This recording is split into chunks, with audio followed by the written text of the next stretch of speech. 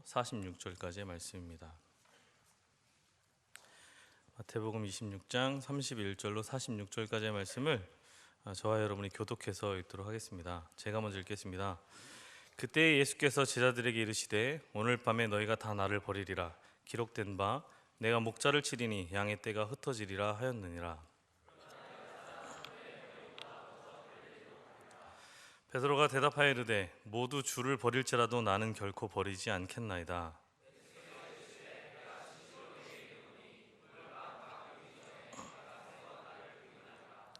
베드로가 이르되 내가 주와 함께 죽을지언정 주를 부인하지 않겠나이다 하고 모든 제자도 그와 같이 말하니라.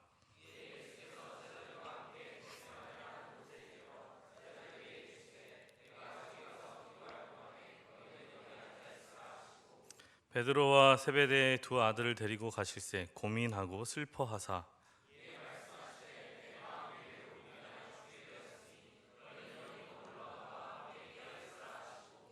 조금 나아가사 얼굴을 땅에 대시고 엎드려 기도하여 이르시되 내 아버지여 만일 할만하시거든 이 잔을 내게서 지나가게 하옵소서.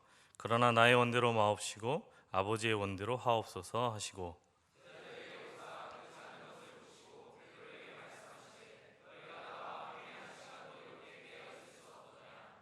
시험에 들지 않게 깨어 기도하라. 마음에는 원이로되 육신이 약하도다 하시고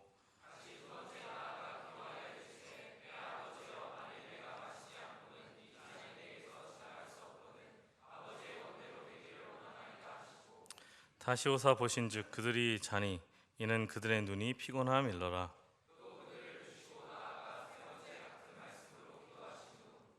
이에 제자들에게 오사 이르시되 이제는 자고 쉬라. 보라 때가 가까이 왔으니 인자가 죄인의 손에 팔리느니라. 일어나라 함께 가자. 보라 나를 파는 자가 가까이 왔느니라. 아멘. 2016년부터 대덕암빛교회에 크고 작은 변화들이 많이 있는데요. 이제 그 중에 가장 크다고 할 수 있는 것이 아무래도 담임 목사님이 새롭게 세워주셨다 하는 내용일 겁니다. 그리고 담임 목사님께서 새로 오셔서 우리 또 청년들과 함께 교제하고 특별히 말씀과 함께 또 교제하는 것들을 또 중요하다 또 생각하기 때문에 우리 오부 예배 때도 지난 한 달 이상 또 오셔서 계속해서 말씀을 전해 주셨습니다. 앞으로도 매주 첫째 주에는 담임 목사님 오셔서 또 이렇게 같이 우리 청년들과 함께 말씀을 전하고 하나님의 은혜들을 나누는 시간들을 계속 이어갈 것입니다. 그리고 그 외의 주에는 우리 청년대학반에 세 분의 교육자, 목회자들이 세워져 있습니다.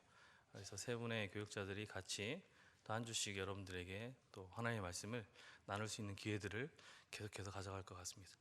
각각의 하나님께서 주신 은혜가 있고 또 달란트가 있으니까 또 그런 하나님이 주신 것 안에서 서로가 또 은혜들을 나누고 확인할 수 있는 좋은 시간들이 이어져 갔으면 좋을 것 같습니다.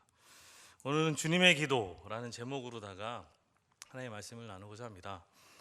보통 예수님의 사역을 이야기할 때 크게 세 가지로다가 이렇게 구분해서 이야기합니다. 예수님께서 가르치시고 고치시고 전파하셨다라는 성경 구절을 인용해서 예수님의 사역을 가르치시는 일, 그리고 전파하시는 일, 그리고 고치시는 일, 치유하는 일 이렇게 이야기할 수 있겠죠. 그렇게 세 가지로 이야기합니다.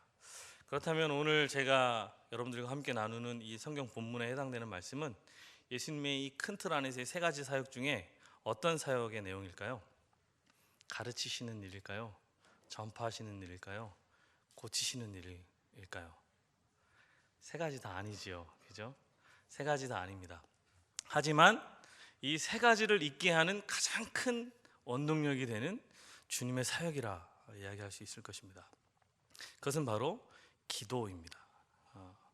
여러분들이 교회 와서 때로는 시간에 따라서 늦게 오시는 분들도 계시고 또 일찍부터 와서 기도로 심는 분들도 있고, 그리고 이 오부 예배 시간에 되어지는 것들은 어찌됐든 눈에 보이는 것들이 여러분들의 눈앞에 있을 것이죠. 하지만 이 예배가 이루어지기 위해서 어제부터 토요일 오후 2시 50분부터 리더십들이 먼저 모여서 예배와 또 우리 청년 공동체를 위해서 기도를 심고요. 저녁에는 우리 간사들, 교육자들이 또 다시 모여서 또 예배와 우리 공동체를 위해서 기도하고요. 주일날도 1시 30분이면 또 3층 사무실에서 또 예배를 위해서 기도를 심는 모임이 있습니다. 그리고 새 가족들도 역시 밖에서 기도하고 우리 거룩한 집 찬양팀도 예배를 위해서 기도합니다.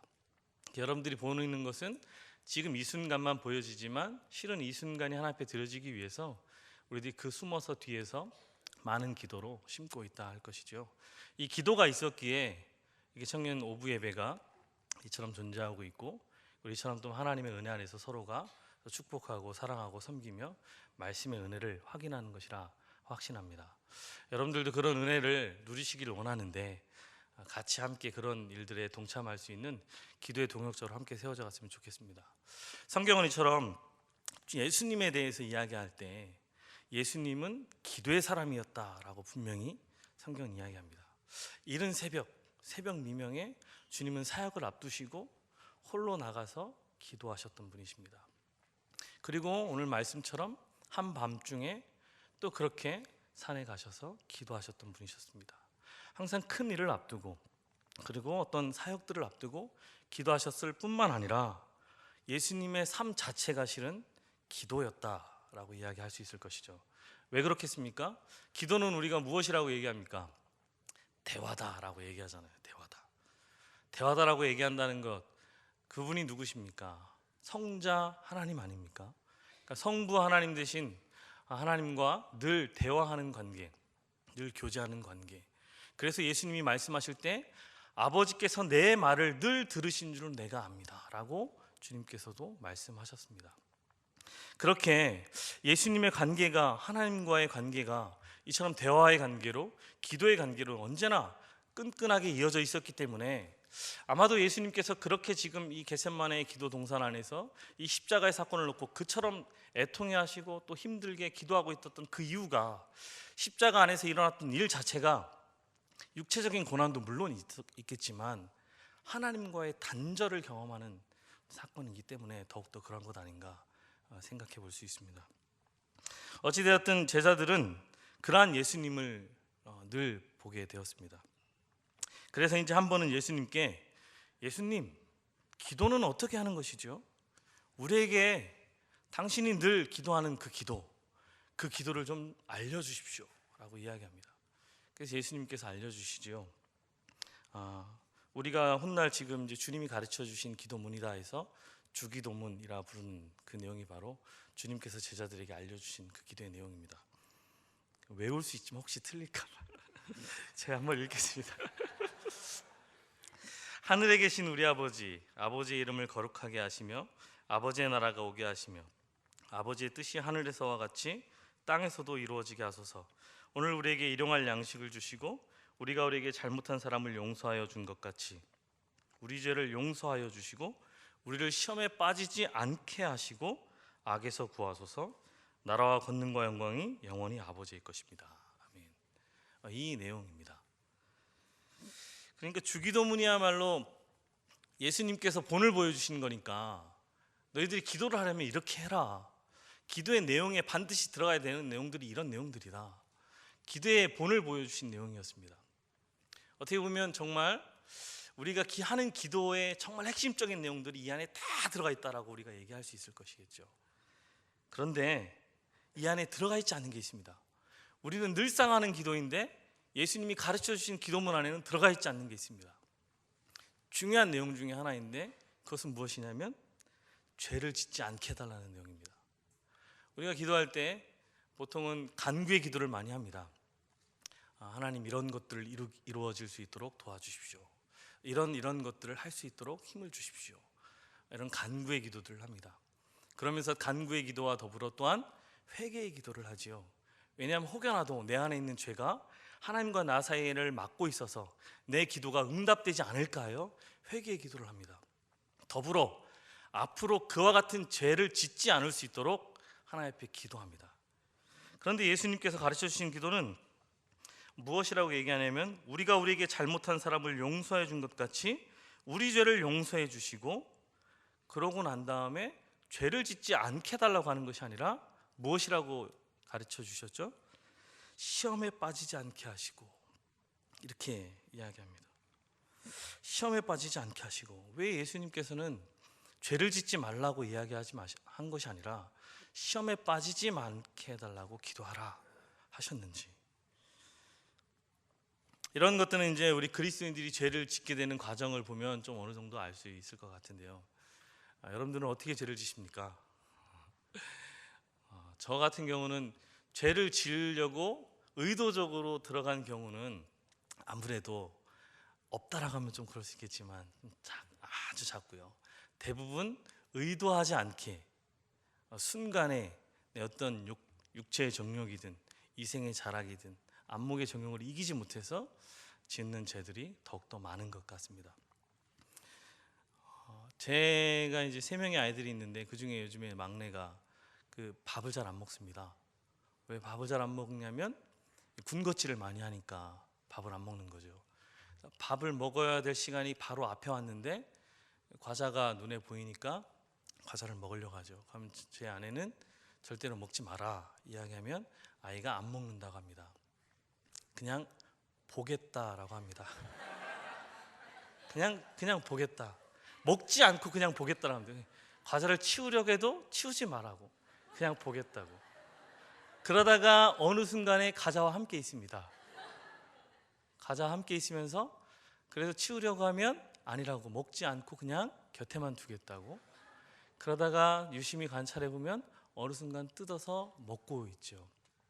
그래서 뜯는 순간에도 실은 얘기합니다. 그냥 뜯기만 하는 거라고. 하지만 뜯으면 결국은 먹게 돼 있죠. 하나만 먹겠다고 이야기합니다. 딱 하나만 먹고 밥을 먹을게. 하지만 하나가 2개가 되고 2개가 3개가 되고 밥 먹기 전에 결국 과자 봉지는 다 비워지고, 또 밥은 또 그렇게 배가 부르니까 이미 잘 먹지 않으려 하는 그런 모습이 보이는 거죠. 물건이 동그란 물체를 굴러가지 않게 하기 위해서는 평지, 동그란 물체가 굴러가지 않을 곳에 두어야 됩니다. 근데 비스듬한 곳에 두면 그건 놓는 순간 굴러가게 돼 있는 거죠. 예수님께서 시험에 빠지지 않게 하기 위해서 기도하라는 것은 우리들 그리스도인이 처음부터 기도를 알려달라고 하는 것 자체가 벌써 예수님의 뒤를 쫓고 그분의 가르침을 따라 살고자 하는 사람들의 모습 아니겠습니까?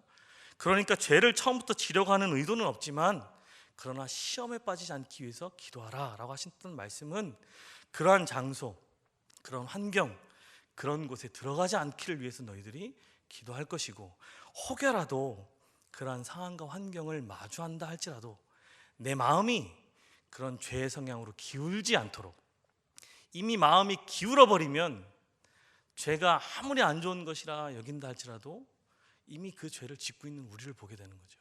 마치 어린아이가 그렇게 하는 것처럼 그것이 결국 저와 여러분의 모습이라 한다 하는 것이죠. 그래서 예수님께서는 말씀해 주신 것이죠. 우리를 시험에 빠지 않게 간구하라 라고 말입니다. 오늘 본문 말씀 속에서도 역시나 예수님께서는 죄를 짓지 않도록 기도하라 말씀하신 것이 아니라 시험에 들지 않기를 위해 기도하라 라고 말씀해 주셨습니다. 26장 37절에서 38절까지의 말씀인데요, 우리 다시 한번 같이 함께 읽겠습니다. 베드로와 세베대의 2 아들을 데리고 가실새 고민하고 슬퍼하사 이에 말씀하시되 내 마음이 매우 고민하여 죽게 되었으니 너희는 여기 머물러 나와 함께 있으라 하시고. 아멘.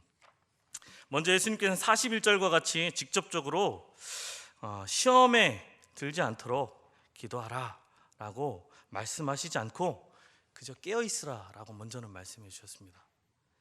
근데 함께 읽은 것처럼 예수님이 고민하고 슬퍼하사 또 내 마음이 매우 고민하여 죽게 되었으니 라고 말씀하신 것으로 볼 때 그때의 분위기를 짐작할 수 있을 것입니다.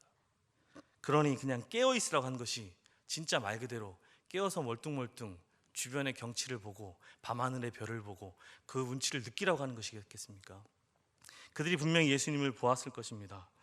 예수님께서 조금 떨어진 곳에서 얼굴을 땅에 대시고 엎드리며 그렇게 몸부림치며 하나님 아버지를 찾고 구하고 그분의 뜻에 순종하고자 하는 그 모습들, 새 제자들도 그러한 예수님의 모습을 가까이 서서 바라보고 그냥 있지는 않았을 것입니다.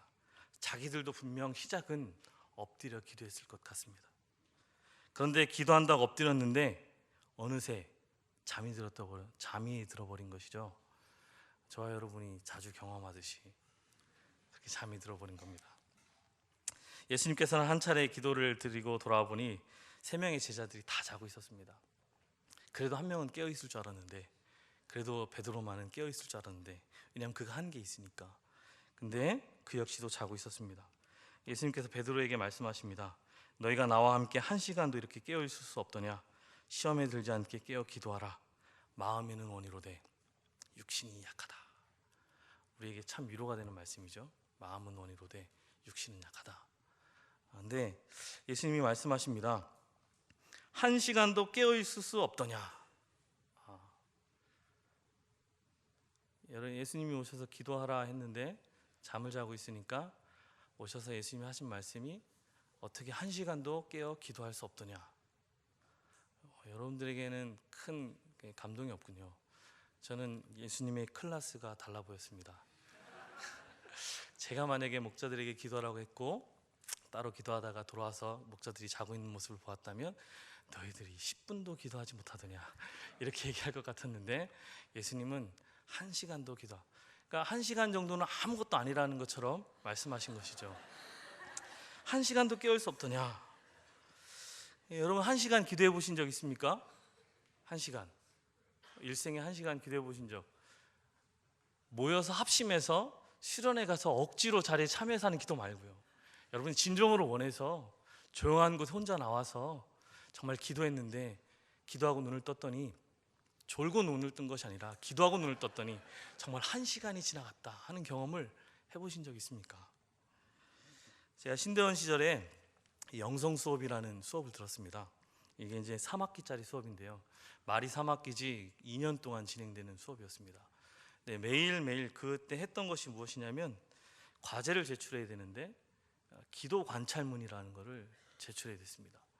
이제 기도 관찰문이라는 게 어떤 형식으로 진행되어지는 거냐면 15분 동안 말씀을 묵상하고요, 50분 동안 이제 침묵 기도를 합니다. 또는 말씀 기도라고 할 수 있겠죠. 그러니까 우리 선조들은 렉시오 디비나라고 얘기했는데요. 50분 동안 기도를 합니다. 기도하고 난 다음에 과연 내가 50분 전에 시작할 때에 어떤 기도 제목에서 기도를 마칠 때는 어떤 기도로 마쳤는지, 기도 가운데 내 안에 있었던 이 내면의 부딪힘, 특별히 다른 말로 얘기하면 육체의 소욕과 성령의 소욕의 부딪힘에 대해서 관찰하는 것이죠. 그렇게 하고 난 다음에 그것을 보고서 양식에 맞춰서 매일매일 제출하는 거였습니다. 이게 필수 과목일까요? 선택 과목이었을까요? 선택 과목입니다. 분명히 제가 이 과목을 처음에 들었을 때는 너무나도 좋아서 수강을 한 것이죠. 그리고 계속해서 이어서 3번째까지 1, 2, 3으로 되어 있는데요. 이 과목을 수강할 때만큼은 기도에 대한 간절한 마음이 있었고, 그리고 이 기도를 해나가면서 무엇보다도 내 자신이 예수 그리스도의 모습을 닮아가려고 노력하는 부분들을 경험했기 때문에 이 기도를 자원하는 마음으로 계속해서 신청했던 겁니다. 그런데 처음에는 그 50분이, 물론 처음도 짧진 않았지만 그렇게 좋았던 그 50분이 이게 어느 순간부터 이게 숙제로 다가오기 시작하고, 그리고 어느 순간부터는 이게 강제로 해야 되는, 꼭 해야만 하는 것으로 다가가자 50분이 정말 길게 느껴졌습니다. 기도를 한참 한 것 같은데요, 눈을 떠서 시계를 보니 10분 지났습니다. 앞으로 30분이 더 남은 거죠. 가면 그때부터는 정말 몸이 비비 틀어지고 뭐 어떻게 이 시간을 보내야 할지, 그렇다고 신학생이 50분 앉아있지도 않아 놓고 20분, 30분 앉아놓고 50분 앉았다고 거짓말할 수도 없고, 교수님은 참 인격적이셨기 때문에 우리를 믿었거든요. 그러니까 그거를 뭐 어떻게 할 수도 없고, 그러니까 무조건 이제 그 시간을 채워야 되는 거였죠. 그러다 보니 자연스럽게 그때 저는 베드로를 이해했습니다. 3년간 함께했죠. 저는 2년이었는데 3년간 베드로가 주님과 함께하면서 이런 기도의 훈련을 베드로도 주님 앞에 받았으니, 마지막 때에 왔으니, 그리고 또 예루살렘까지 또 여행하는 그 여정이었잖아요. 마지막에 왔으니 얼마나 더욱더 피곤했겠습니까? 그러니 그 시간이 기도해야 하는 것들이 참으로 어려웠다, 충분히 여겨졌습니다. 그리고 그런 모습이 저에게도 투영되면서 주님의 음성이 들렸습니다. 마음은 원이로되 육신이 약하다. 그럼에도 불구하고 저에게서 있었던 것은 주님께서 요구하신 것, 정말로 나와 함께 기도하자라는 것이었다는 거죠. 주님이 우리에게 기도의 요청을 해주셨습니다. 여러분들 만약에 혹여라도 여러분들 안에 옆에 있는 동역자 또는 선배나 후배에게 나의 어떠한 문제를 위해서 기도해 주십시오, 또 나를 위해 기도해 달라 하는 것이 부끄러운 일이라고 여겨지십니까? 오늘 본문 속에서 주님은 제자들에게, 스승이 제자들에게, 성육신하신 성자 하나님이 피조물인 인간들에게 나를 위해 기도해 달라 기도 요청해 주셨습니다. 우리 안에 서로가 서로에게 이런 기도의 요청들이 더욱더 많이 넘쳐났으면 좋겠고, 서로를 위해서 뜨겁게 기도할 수 있는 그런 기도의 공동체가 되었으면 좋겠다는 생각이 듭니다. 이렇게 예수님께서는 말씀해 주시면서 시험에 들지 않게 깨어 기도하라 말씀하셨습니다. 이 말은 다시 말하면 깨어 기도하지 않으면 시험에 들 수밖에 없다라는 뜻이기도 합니다. 여기서 또 하나 생각해 볼 수 있는 것은 이 깨어라는 말입니다. 이 깨어라는 말이 단순히 육신적으로 깨어 있다라는 말만이 아니라 이 헬라 원어를 보면 정신을 차리다, 또한 주의 깊게 보다, 긴장하다, 예의주시하다라는 뜻을 동시에 가지고 있습니다. 그러니 깨어라는 말은 지금 어떠한 상황에 처해 있는지를 파악하라라는 것이고, 어떠한 방향으로 나아갈 것인지, 또 어떠한 위험이 지금 내 앞에 기다리고 있는지 그 모든 것들을 내다보는 자세를 가지라는 말이기도 하다 할 것입니다. 무엇보다 지금 이 상황에서 하나님께서 원하시는 바가 무엇인지를 분별하고 그 태도를 견지하라라는 말씀인 것이죠. 이런 깨어있는 상태가 무엇인지 사도 바울이 에베소 교인들에게 잘 설명해 주고 있습니다. 에베소서 5장 14절에서 17절까지의 말씀입니다. 그러므로 이르시기를 잠자는 자여 깨어서 죽은 자들 가운데 일어나라. 그리스도께서 너에게 비추이시라 하셨느니라. 그런즉 너희가 어떻게 행할지를 자세히 주의하여 지혜 없는 자같이 하지 말고 오직 지혜 있는 자같이 하여 세월을 아끼라. 때가 악하니라. 그러므로 어리석은 자가 되지 말고 오직 주의 뜻이 무엇인지 이해하라 라고 이야기합니다. 다시 말하면 깨어 기도한다는 것, 그것은 지혜 있는 자가 되라 하는 말이고, 지혜 있는 자가 되라 하는 것은 주의 뜻이 무엇인지를 이해하라라는 것입니다. 곧 하나님의 뜻을 분별하여서 그 뜻에 순종하고자 하는 기도, 그것을 깨어 기도하라라는 말로 이해할 수 있다는 것이죠. 겟세마네 동산에서 예수님이 깨어 기도하는 것이 무엇인지를 처절하게 보여주셨던 것입니다. 그렇게 하나님의 뜻을 분별하여서 그 뜻에 순종하고자 그 기도의 시간을 보내셨던 것입니다. 우찌무라 간조라는 일본인 목회자가 있습니다. 그가 쓴 우찌무라 간조의 회심기라는 책을 보면 그가 미국 유학 시절인 1880년 중반에 4월 23일에 쓴 일기에 기도에 대한 묵상이 실려 있는 글이 있습니다. 이 내용이 이렇습니다. 기독교인의 기도는 하나님의 특별한 중재로 자신의 욕망을 채워주기를 바라는 단순한 요청이 아니다. 그것은 참으로 영원하신 성령과의 교제를 통해서 이미 하나님의 마음속에 가지고 계신 그 뜻을 우리로 기도하게 하는 것이다. 이러한 태도로 드리는 모든 기도는 하나님께서 들으시며, 아니 들으실 수밖에 없는 것이다. 따라서 기독교인의 기도는 예언이다 라고 이야기했습니다. 기독교인의 기도가 예언이라는 것이죠. 왜요? 무엇을 전제로 이야기하고 있습니까? 하나님의 뜻을 따라 기도하기 때문에 기독교인의 기도는 예언이다. 그러면서 스스로가 이런 소감문을 적어놓은 것을 또 이야기합니다. 이것은 예전에 내가 기도에 대해 가졌던 이교적인 생각에서 상당히 발전한 생각이었다. 그러나 유감스럽게도 여전히 기독교인들 중에서도 이런 이교적인 생각을 가지고 있는 자들이 있다. 나는 한때 하나님이 우리의 기도로 온전히 설득당해서 자연법칙 자체가 뒤집어질 수도 있다고 생각했었고, 아직도 그런 식으로 기도를 이해하는 사람들이 의외로 많다. 그러나 절대 그렇지 않다. 내 영혼이여 항상 선한 것을 의도하시는 그분의 뜻에 그대의 뜻을 맞추어라. 그러면 태양을 멈추게 해서 더 많은 빛과 즐거움을 누리려는 불가능한 기도로 더 이상 씨름하지 않게 될 것이다. 이렇게 자신이 썼던 기도에 대한 묵상에 대해서 다시 한번 글을 남기곤 했습니다. 무엇이겠습니까? 깨어 기도하지 않는 기도는 오히려 시험에 더욱더 들게 할 수 있다는 것이죠.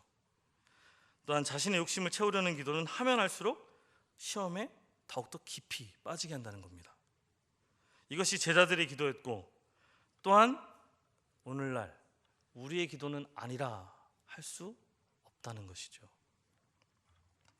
예수님께서는 그렇게 주님을 따르겠다고 나선 우리네 그리스도인들에게 동일하게 시험에 들지 않게 깨어 기도하라고 말씀하고 계십니다.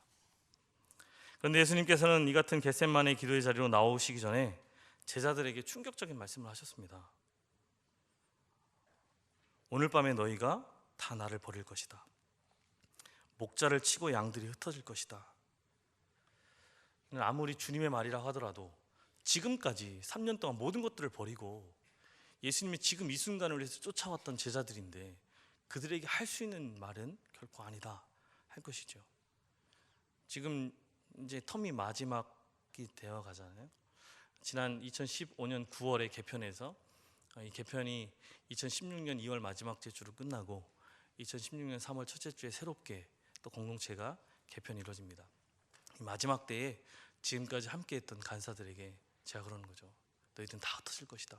나를 배반할 것이다. 무슨 생각이 들겠습니까?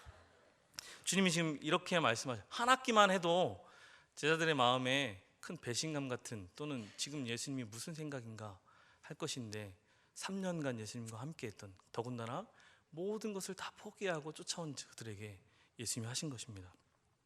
이제까지 세상의 모든 정, 욕심 다 끊고 그렇게 쫓아왔던 제자들이었기에 그렇게 있을 수 없었던 그 말을 들은 제자들, 그들의 반응 어떻겠습니까? 당연하다 싶지요. 베드로가 나섭니다. 결코 그럴 수 없다.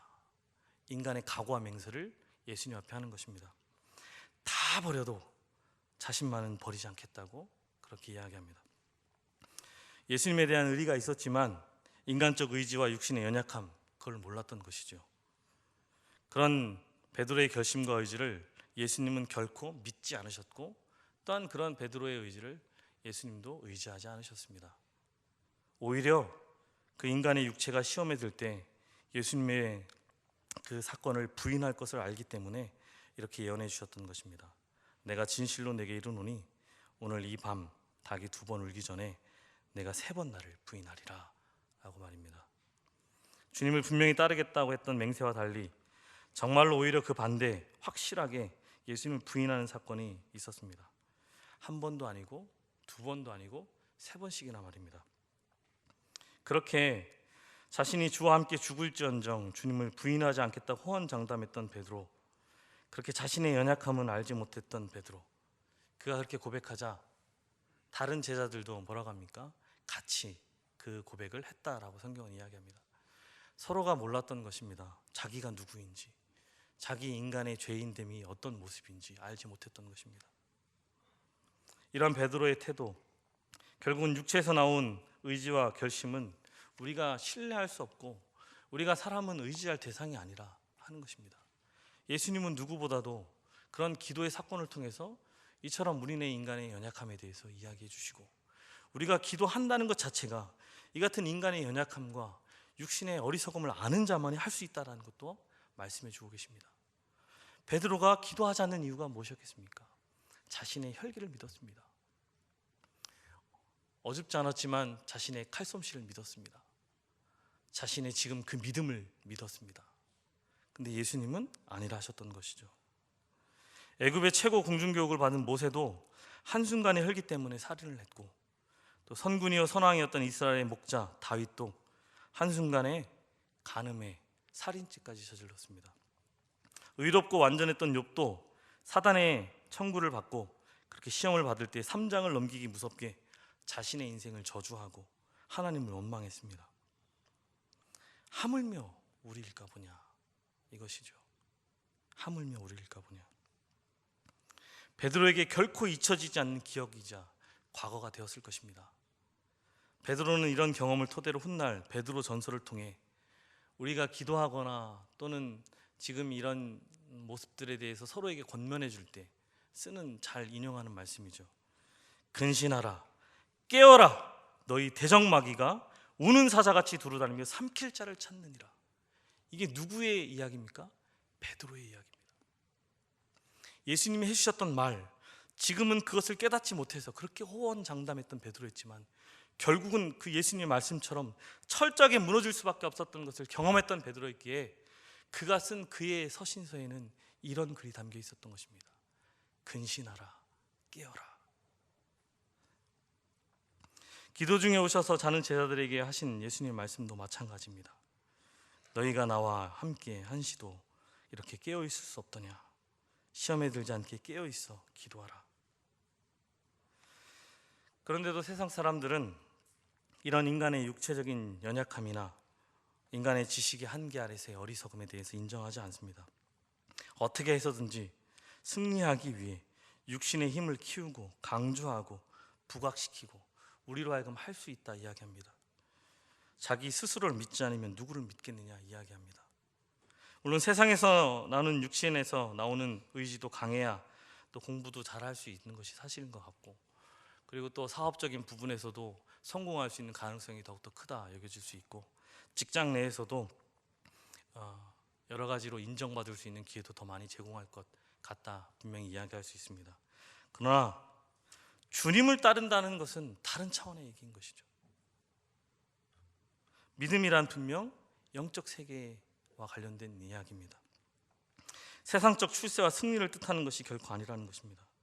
그러하기에 로마서 7장 22절에서 24절의 말씀은 육체의 소욕과 성령의 소욕이 우리 안에서 서로 갈등한다 이야기하고 있고, 사도 바울조차도 내가 하려는 것이 본래는 이것이 아닌데 육체의 소욕에 사로잡혀 이처럼 죄를 또다시 짓는구나. 오라 나는 곤고한 자로다 라고 이야기했다는 것입니다. 이게 부끄러운 내용이 아닙니다. 자신의 죄를 인정하고 자신의 연약함을 인정하고 그럴 수밖에 없는 자신의 죄인된 존재를 인정하는 것, 이것이 부끄러운 내용이 아니라 예수님이 우리로 하여금 시험에 빠지지 않고 정말로 주님이 걸어가셨던 그 길을 걷기 위한 시작이 되기 때문에 우리에게 말씀해 주신 것입니다. 왜냐하면 그것에서부터 비로소 우리가 할 수 없는 것, 우리 안에 있는 내면의 죄의 문제를 해결해 줄 수 있는 분, 그분에게 의지하고 그분께 기도할 수 있는 참된 기도의 시작, 주님의 기도의 시작을 해나갈 수 있기 때문에 그렇다는 것입니다. 예수님은 죄 없으신 하나님의 아들이셨는데도 불구하고 육체를 신뢰하지 않으셨습니다. 그 육체의 소원을 죽이기 위해서 기도의 동산으로 올라가셨습니다.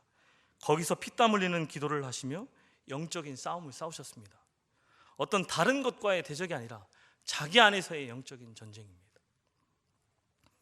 그러한 기도의 제목, 기도의 내용을 보면 내 아버지여 만일 할만하시거든 이 잔을 내게서 지나가게 하옵소서. 그러나 나의 원대로 마옵시고 아버지의 원대로 하옵소서. 이 같은 경험을 했던 한국인 최초의 장로이자 첫 7인의 목사 중 한 명인 분이 서경조 목사님입니다.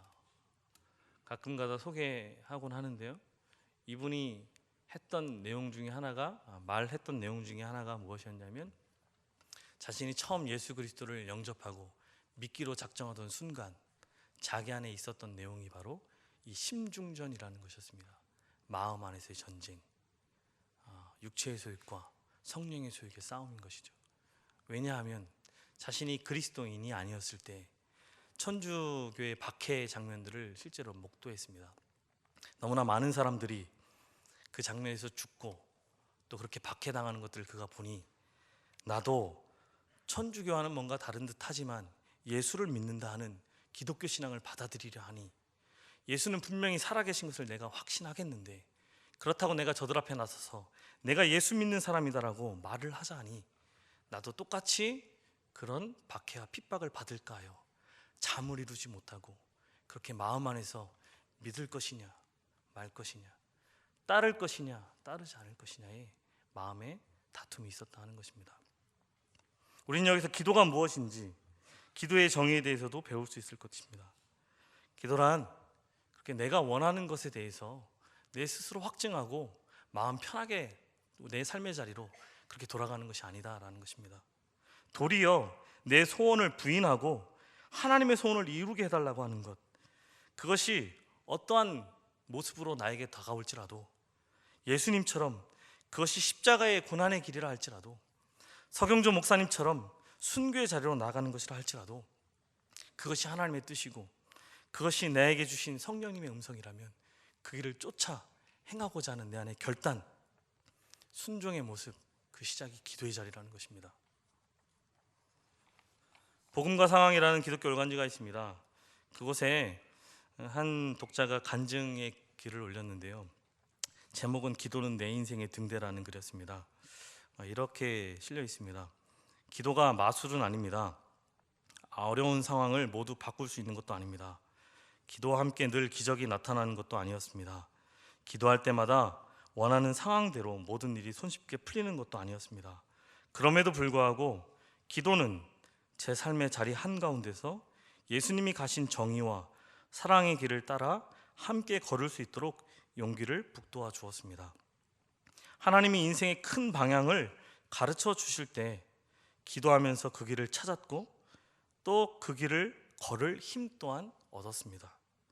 지나온 삶의 자리를 되짚어 보건대 저 역시 어려운 일을 경험했을 때 기도로 상황 자체가 바뀐 것은 많지 않았습니다. 그러나 분명히 기도에는 강력한 힘이 있었습니다. 변화되지 않는 똑같은 상황 속에 놓여 있을지라도 기도할 때에는 하나님이 원하시는 길을 향해 똑바로 내 발걸음을 내디딜 수 있었습니다. 그러니 저는 기도를 내 인생의 등대라고 이야기하고 싶습니다. 어떻습니까? 저는 이 글을 읽으면서 참 많이 동감했습니다. 정말 기도는 인생의 등대인 것 같다. 마치 오늘 본문 속에서도 예수님의 기도는 예수님으로 하여금 그분의 성육전 사건의 목표점이자 또 그것이 어디인지, 바로 그 길이 십자가이고 또 그것이 사명이라는 사실을 인간의 모습 속에서 희미하게 나아갈 때 기도의 자리를 통해 예수님 그분도 선명하게 밝히 그 길을 확인하고 그 길을 걸어갈 수 있게 했던 것처럼 말입니다. 주님의 기도를 통해 무엇을 확인합니까? 그것은 오직 기도만이 하나님의 뜻을 순종할 수 있는 힘의 원천이 된다는 것입니다. 사랑하는 여러분, 예수님의 기도의 전의 모습, 그리고 기도하시는 중의 모습, 그리고 기도 후에 예수님의 모습 어떠했습니까? 그 놀라운 차이는 예수님에게서도 나타났고 우리들에게도 반드시 나타나야만 하는 것입니다. 그렇게 주님의 기도는 기도의 내용도 우리에게 본을 보이고 있지만 기도자의 모습 역시도 본을 보여주고 있는 것입니다. 기도하기 전에 예수님의 모습은 말씀처럼 심히 고민하셨던 모습입니다.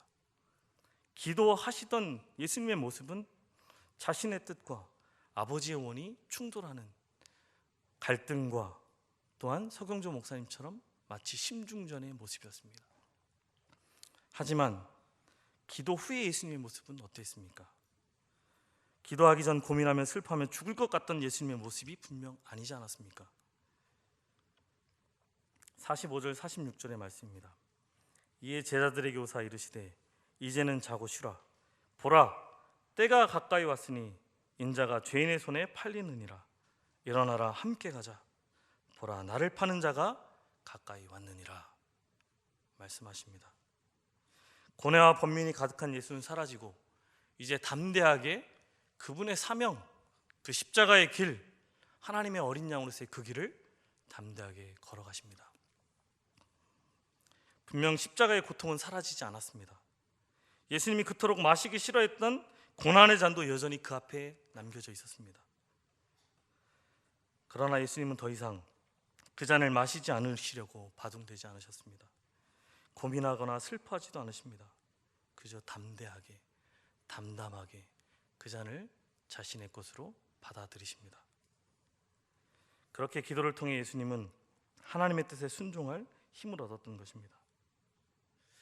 기도하는 자만이 하나님의 뜻에 순종할 능력을 얻습니다. 그러하기에 그리스도인이라면 마땅히 기도하기를 사모해야 할 것입니다. 우리가 입을 열면 늘 하는 말이 있습니다. 기도해야지요. 기도하겠습니다.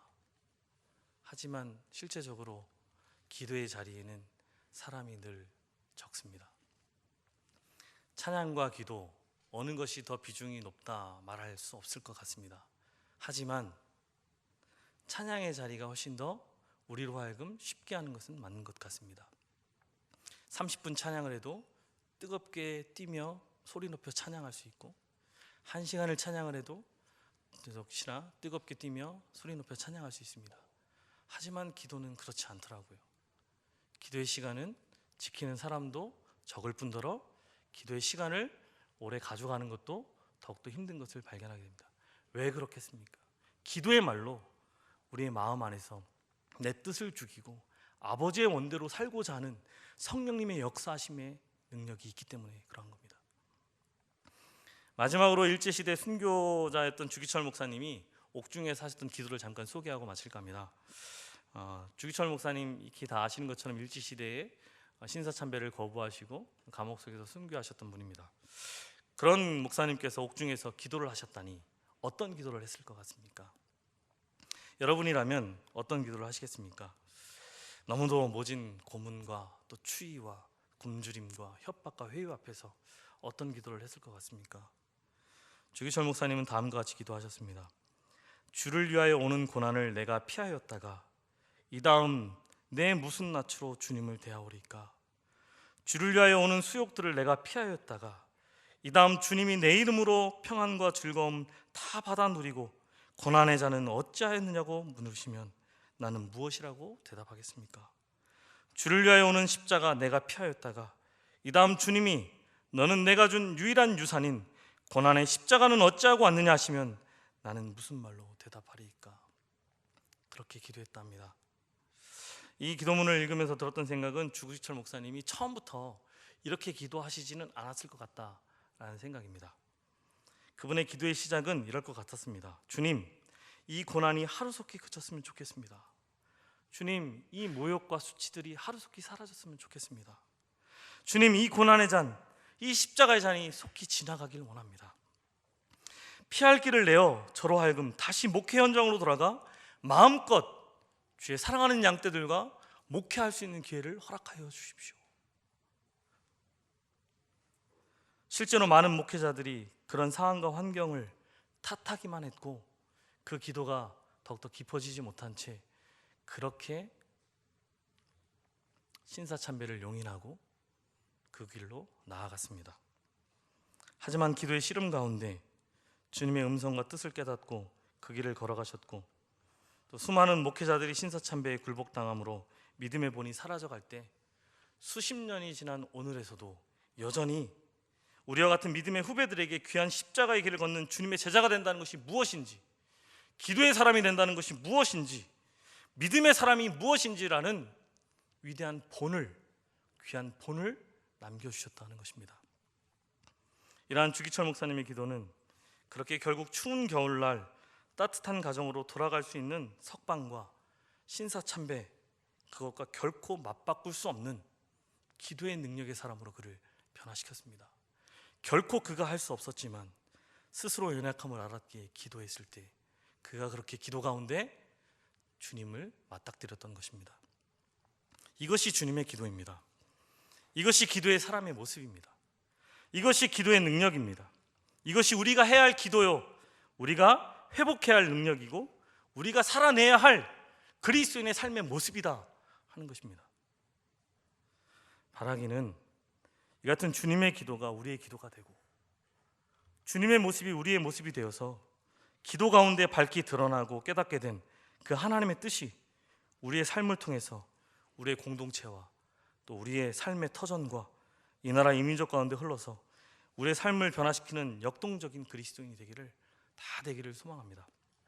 그러한 믿음의 공동체, 기도의 공동체가 되기를, 그래서 나와 함께 기도하자 하시며 지금도 함께 기도할 자를 찾고 계시는 이 같은 주님의 부르심에 기도함으로 우리 내면의 육체의 소욕과 성령의 소욕이 충돌하여 하나님의 의향에 내 의향이 꺾이고 그 길을 믿음으로 걸어가는, 그렇게 응답해 나아가는 사랑하는 저와 여러분이 모두가 다 되었으면 좋겠습니다.